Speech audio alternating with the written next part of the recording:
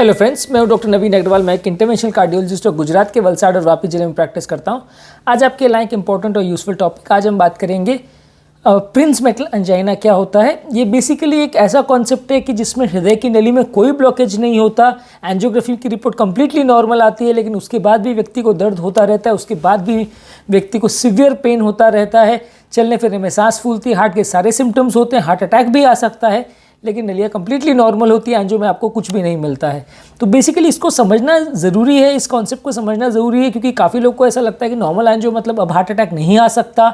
Obviously normal angio में बगैर Prince metal angina भी हार्ट अटैक आ सकता है कि नली में सडनली क्लॉट बन जाए तो हार्ट अटैक आ सकता है, लेकिन ये एक अलग तरह का कॉन्सेप्ट है जिसमें नली में सडन स्पाज्म हो जाता है। नली वैसे तो नॉर्मल रहेगी, लेकिन सडनली कुछ स्ट्रेस हार्मोन्स की वजह से या कुछ कैटेकोलमिन्स की वजह से सडनली एक हिस्सा नली का स्पाज्म हो जाएगा। एंजियोग्राफी आप करोगे तो वहाँ कुछ नहीं मिलेगा, लेकिन पेशेंट को ईसीजी में सीवियर चेंजेस होंगे और हार्ट अटैक भी आ सकता है, ऐसा हो सकता है। तो इस कॉन्सेप्ट को बात करेंगे किन लोगों में होता है और कैसे इसे डिटेक्ट करेंगे और कैसे ट्रीट करेंगे, इस बारे में बात करेंगे। थोड़ा सा अलग तरह का कॉन्सेप्ट है, अलग तरह की बीमारी है, इसलिए इसको जानना समझना ज़रूरी है ताकि इसे अप्रोप्रिएटली ट्रीट किया जाए, क्योंकि इसमें जो हार्ट अटैक होता है वो कई बार काफ़ी डेंजरस भी हो सकता है। ये स्पाज्म जो नली का है वो काफ़ी देर तक भी परसिस्ट कर सकता है, जान भी जा सकती है, तो इसलिए इसको समझना ज़रूरी है। ये टॉपिक काफ़ी इंटरेस्टिंग और यूज़फुल होगा, इसलिए रिक्वेस्ट करूँगा कि इसे एंड तक देखें। जो लोग हमारे चैनल पर नए हैं उन्हें रिक्वेस्ट करूँगा कि चैनल को सब्सक्राइब करें। जो लोग इस कंटेंट को इंग्लिश में देखना चाहते हैं उन्हें रिक्वेस्ट करूँगा कि डॉक्टर नवीन अग्रवाल कार्डियो केयर इंग्लिश करके जो हमने चैनल स्टार्ट किया उसे सब्सक्राइब करें। आपको ये सारा content over a period of time English में भी उस चैनल पे मिल जाएगा। आते हैं आज का कंटेंट पर। आज है टॉपिक प्रिंस मेटल एंजाइना पे। एंजाइना क्या है? बेसिकली एंजाइना का मतलब है heart related pen. Angina basically angina का मतलब तो सिर्फ पेन होता है, ग्रीक वर्ड है फॉर पेन। पर एंजाइना नॉर्मली हम बाकी मस्कुलर पेन्स के लिए नहीं यूज़ करते हैं, मस्कुलर एंजाइना नहीं बोलते। ज़्यादातर केस में हम हार्ट रिलेटेड पेन में ही यूज़ करते हैं। हाँ, कुछ अदर फॉर्म्स ऑफ पेन में भी कई कई जगह यूज़ होता है, पर आज हम स्पेसिफिकली हार्ट के पेन की बात कर रहे हैं। हार्ट का पेन ज़्यादातर लोगों को ब्लॉकेज की वजह से होता है। जब सेल्स का ऑक्सीजन सप्लाई कम हो जाता है, ग्लूकोज सप्लाई कम हो जाता है, वहाँ लैक्टिक एसिड बनता है। ये लैक्टिक एसिड हार्ट के नर्व फाइबर्स को स्टिमुलेट करता है, इससे ब्रेन को मैसेज जाता है कि वहाँ पे पेन हो रहा है, और हार्ट को आभास होता है कि वहाँ दर्द हो रहा है या कुछ प्रॉब्लम है। हार्ट का पेन गले से लेकर नाभि तक दोनों शोल्डर पर कहीं पर भी हो सकता है। हार्ट के पेन से रिलेटेड हमने ऑलरेडी काफ़ी डिटेल वीडियोस किए हैं जो कि आप मेरे चैनल पर देख सकते हैं। आज स्पेसिफिकली प्रिंस मेटल एंजाइना पर बात करेंगे। प्रिंस मेटल एंजाइना के पेशेंट में जैसा कि हमने डिस्कस किया कि नली में कोई ब्लॉकेज नहीं होता, लेकिन सडनली कोई पोर्शन में सडनली वो वैसो रिएक्टिव हार्मोन्स की वजह से या कोई एंजाइम्स की वजह से या स्ट्रेस हार्मोन्स की वजह से सडनली वो एरिया स्पाज्म में चला जाता है, पतली हो जाती है नली वहाँ पे, और फिर थोड़ी देर में वापस खुल भी सकती है। तो ये थोड़ी देर के लिए होता है, इसलिए जब भी आप एंजियोग्राफी करेंगे तो आपको वहाँ पे कुछ नहीं मिलेगा, नली वहाँ पे आपको नॉर्मल ही दिखाई देगी। लेकिन जब बॉडी में सडनली स्ट्रेस होगा, स्ट्रेस हार्मोन्स आएंगे, तो वो अपने आप स्पाज्म में चली जाएगी, जिसकी वजह से व्यक्ति को सीवियर पेन होगा, कार्डियक पेन होगा, लैक्टिक एसिड बनने की वजह से पेन होगा। और कभी कभी ये प्रिंस मेटल एंजाइना में नली का स्पाज्म अगर अपने आप रिलीव नहीं होता है तो व्यक्ति को हार्ट अटैक भी आ सकता है, या प्रिंस मेटल एंजाइना के स्पाज्म के ऊपर भी क्लॉट बन सकता है, क्योंकि फ्लो रुक गया नली का, वहाँ ब्लड आके जब स्टैग्नेंट हो जाता है तो क्लॉट बना सकता है, तो उससे वजह से भी हार्ट अटैक आ सकता है। लेकिन ज़्यादातर प्रिंस मेटल एंजाइना वाले पेशेंट्स में हार्ट अटैक मेजर नहीं आता। ज़्यादातर केस में इसी चेंजेस आते हैं, माइनर हार्ट अटैक आता है। टिश्यू डैमेज उतना ज़्यादा नहीं होता, क्योंकि जो स्पाज्म है ये कंटिन्यूसली, अनलेस वहाँ पे एक एडिशनल क्लॉट बन जाए, तब तक स्पाज्म उतना ज़्यादा देर तक चलता नहीं है, ज़्यादा देर में अपने आप रिलीव हो जाता है। कुछ समय तक ये स्पाज्म का टेंडेंसी बार बार चलता रहता है कि तो नली नॉर्मल हुई फिर स्पाज्म आया, नॉर्मल हुई फिर स्पाज्म आया, बार बार पेन होगा। तो ऐसे लोगों को कार्डियक मेडिसिन से फ़ायदा होगा, ऐसे लोगों को कार्डियक ब्लड थिनिंग मेडिसिन से फ़ायदा होगा, और खासकर ऐसी दवाइयों से फ़ायदा होगा जो नलियों को डायलेट करती हैं, जैसे कि नाइट्रेट्स, जो सबलिंगुअल जो ज़बान के नीचे रखने वाली गोली होती है सॉर्बिट्रेट, वो भी नाइट्रेट है। ये बॉडी में नाइट्रिक ऑक्साइड के प्रोडक्शन को बढ़ाती है, जो कि नलियों को डायलेट करती है और नली में अगर स्पाज्म हो तो उसको रिलीव कर सकती है। इसके अलावा कैल्शियम चैनल ब्लॉकर भी एक मेडिसिन है। ये भी मेडिसिन ज़्यादातर डेल्टायाज़ेम या वेरापामिल इस नाम से होता है।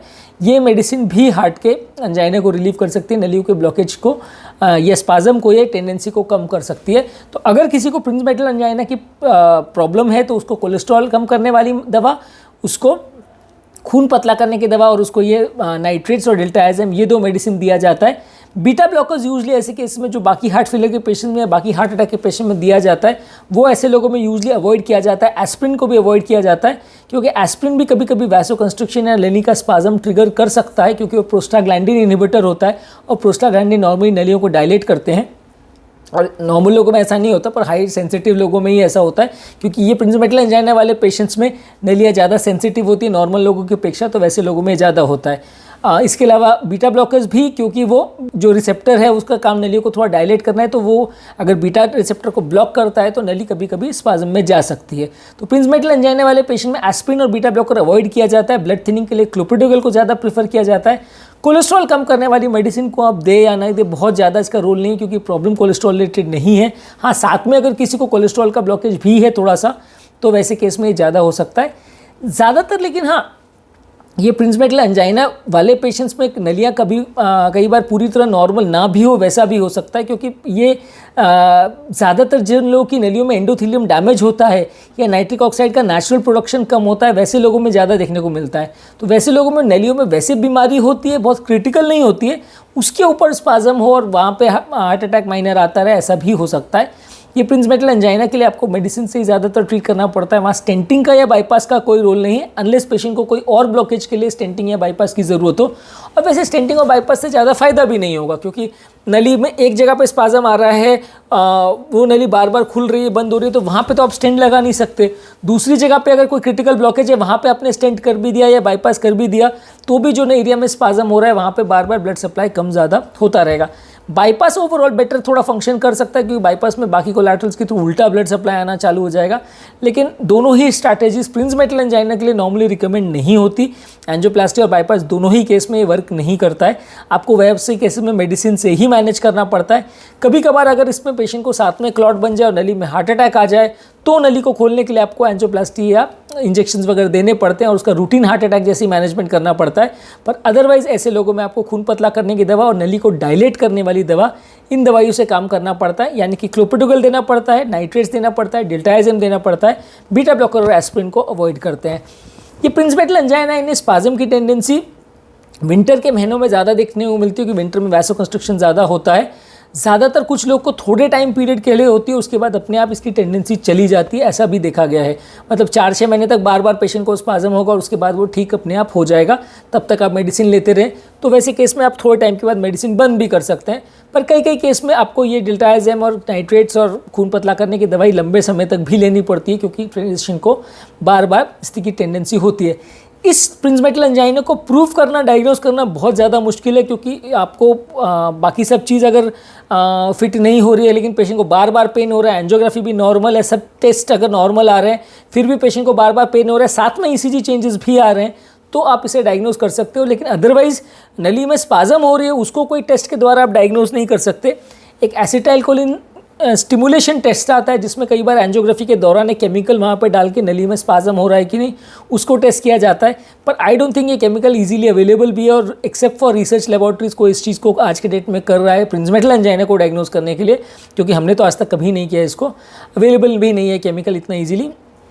पर हाँ, इस तरह से बुक्स कहती हैं कि इसको प्रूव किया जा सकता है कि वहाँ पे नली में एसिटाइलकोलिन दिया जाए और उसमें नली में स्पाज्म हो रहा है कि नहीं, उसकी टेंडेंसी को असेस किया जाए कि कितने लेवल की कितने डोज में स्पाज्म हो रहा है, कितना सीवियर स्पाज्म हो रहा है, उससे आप असेस कर सकते हैं। पर क्लिनिकली इसको जज कर पाना मुश्किल है। किसी पेशेंट को अगर ट्रिपिकल कार्डियक पेन हो रहा है, बार बार पेन हो रहा है, ईसीजी में चेंजेस आ रहे हैं, टीएमटी में चेंजेस आ रहे हैं, लेकिन एंजियो में कुछ नहीं मिल रहा, वहाँ आप इसको डायग्नोस कर सकते हो और वहाँ पे ट्रीटमेंट चालू कर सकते हो। और खासकर अगर पेशेंट को ट्रीटमेंट से रिलीफ मिलता है, तो कई बार क्या है, आपको थोड़े इसी चेंजेस होते हैं, मस्कुलर पेन होता है, लेकिन आप प्रिंस मेटल एंजाइना से उसकी ट्रीटमेंट चालू कर दे, तो वो काउंटर प्रोडक्टिव होगा, उल्टा नुकसान करेगा पेशेंट को। तो आपको ट्रीटमेंट से फ़ायदा मिले, ये भी एक बात का एविडेंस है कि आपको प्रिंस मेटल एंजाइना है, क्योंकि ये नाइट्रेट्स और डिल्टाइज़म, ये मेडिसिन से काफ़ी हद तक 90-95% केस में सिग्निफिकेंट आपको रिलीफ मिल जाएगा पेन से, और थोड़े टाइम के बाद आपके वो एपिसोड जो है प्रिंस मेटल एंजाइना के, वो चले जाने चाहिए। अगर नहीं जा रहे हैं तो फिर आपको दूसरा कॉज भी ढूंढना पड़ेगा कि कोई और प्रॉब्लम तो नहीं है जिसकी वजह से प्रॉब्लम हो रही है, या तो दवाओं का डोज बहुत अग्रेसिव करना पड़ेगा। कई बार क्या, लो डोज में आप देते हो तो रिलीफ नहीं भी होगा, हायर डोज पे ज़्यादा लॉन्ग एक्टिंग मेडिसिन दे के भी कई बार उसको वर्क करना पड़ता है। पर प्रिंस मेटल एंजाइना को प्रूव कर पाना इतना ईजी काम नहीं है, इसलिए रूटीनली ये डायग्नोसिस आपने बहुत कम केसेस में देखा होगा, बहुत कम डॉक्टर को इस बारे में बात करते देखा होगा।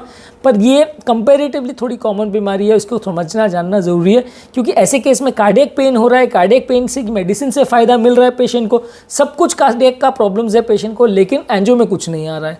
तो ये चीज़ों को समझना और जानना इसलिए ज़रूरी है, क्योंकि इसमें कई बार भ्रांति पैदा होती है। पेशेंट को पेन होता रहता है, लेकिन उसको कारण पता नहीं चलता है और कई बार डॉक्टर्स इसको मिस कर देते हैं और दवाइयाँ नहीं देते हैं, तो फिर प्रॉब्लम्स क्रिएट हो जाती है। नॉर्मल एंजियो को ज़्यादातर डॉक्टर्स मान के चलते हैं कि नॉर्मल एंजियो मतलब कुछ भी नहीं है पेशेंट को प्रॉब्लम, आगे कोई ट्रीटमेंट का ज़रूरत नहीं है, तो वो कई बार इसी केस में गलती साबित होता है और पेशेंट को बाद में तकलीफ आ जाती है, कई बार बड़ा हार्ट अटैक भी आ जाता है, मृत्यु भी हो सकती है। तो इसलिए इसको जानना और समझना काफ़ी ज़रूरी है। तो हमारे आज के टॉपिक में हमने प्रिंस मेटल एंजाइना के बारे में बात की, जो कि एक थोड़ा सा unusual form of heart attack है, एक ऐसी टेंडेंसी जिसमें नली में बार बार स्पाज़म होता है और वो खुल जाती है। तो उसको आज हमने समझने की कोशिश की। हमारे चैनल का बेसिक पर्पज़ ये है कि हम हार्ट और हेल्थ से रिलेटेड साइंटिफिकली करेक्ट इन्फॉर्मेशन आपके लाते हैं, ताकि इस तरह के कंटेंट के लिए आपको भटकना नहीं पड़े, आपको डॉक्टर्स और फ्रेंड्स और रिलेटिव्स पर डिपेंडेंट ना होना पड़े। डॉक्टर्स कई बार टाइम कंस्ट्रेंट की वजह से सारी चीज़ें नहीं बता पाते हैं और फ्रेंड्स और रिलेटिव से मिले हुआ इन्फॉर्मेशन कई बार आधी सही आधी गलत होती है, जिसको फॉलो करने से फ़ायदा के बदले कभी कभी नुकसान हो जाता है। हम चाहते हैं कि इस तरह कंटेंट आपके लिए ईजिली अवेलेबल रहे, ताकि आप उसको समझ सके, समझा सके, अपनी लाइफ को बेटर बना सके, बीमारी को बेटर तरह से मैनेज कर सके और गलत चक्करों में ना पड़े, चीट ना हो जाए। यदि आपको हमारे चैनल का कंसेप्ट अच्छा लगता है तो वीडियोस को लाइक कीजिए, चैनल को सब्सक्राइब कीजिए। यदि आपको लगता है कंटेंट आपके फ्रेंड्स और रिलेटिव्स के लिए यूजफुल है तो लिंक उनके साथ शेयर कीजिए। और यदि आपकी कोई कमेंट्स, क्वेरी, सजेशंस है तो नीचे कमेंट बॉक्स में उनके बारे में बताइए। हम उन प्रॉब्लम्स को सॉल्व करने का भी कोशिश करेंगे और आपकी टॉपिक्स को कवर करने का प्रयास भी करेंगे। अंत में मैं डॉक्टर नवीन अग्रवाल तहे दिल से आपका शुक्रिया अदा करूँगा कि आपने इस टॉपिक को एंड तक देखा। जो लोग मेरे चैनल पे नए हैं उससे सब्सक्राइब करें, और जो लोग इस कंटेंट को इंग्लिश में देखना चाहते हैं उनके लिए रिसेंटली डॉक्टर नवीन अग्रवाल कार्डियो केयर इंग्लिश करके हमने चैनल स्टार्ट किया है, आप उस कंटेंट को इंग्लिश में भी देख सकते हैं।